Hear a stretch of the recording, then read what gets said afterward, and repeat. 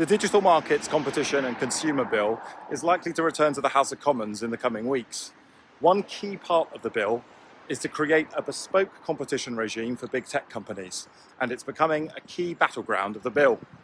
The issue is that, as currently drafted, if the competition authorities make a judgment under the new regime, the business concerned can only appeal that judgment if they can prove that the CMA didn't follow the right process, the so-called judicial review standard of appeals. Therefore, they cannot challenge whether the substance of the decision was right or whether the evidence is flawed, which is possible under the merit standard.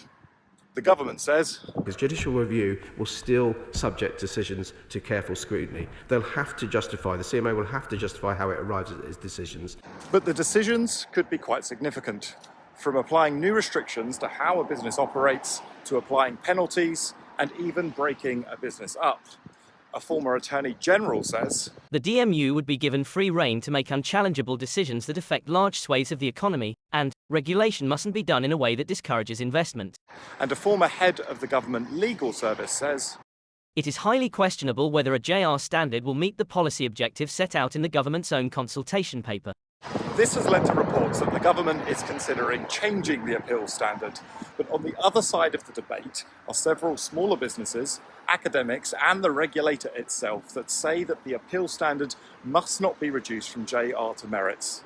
They argue that an efficient system is important to avoid companies dragging out decisions.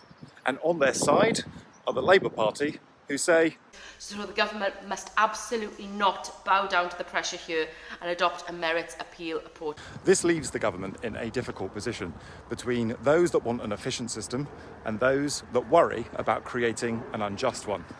However, today a group of senior barristers and solicitors chaired by a member of the King's Council published a third way proposal to enable an independent group of experts within the CMA to review decisions if requested to do so, which they say would allow decisions to be sense-checked in an open and transparent way. The government has not yet set out whether its position has changed, but this seems like a compromise that most would struggle to argue against. What will they do about it? We'll find out in the coming weeks. The proceeding has ended.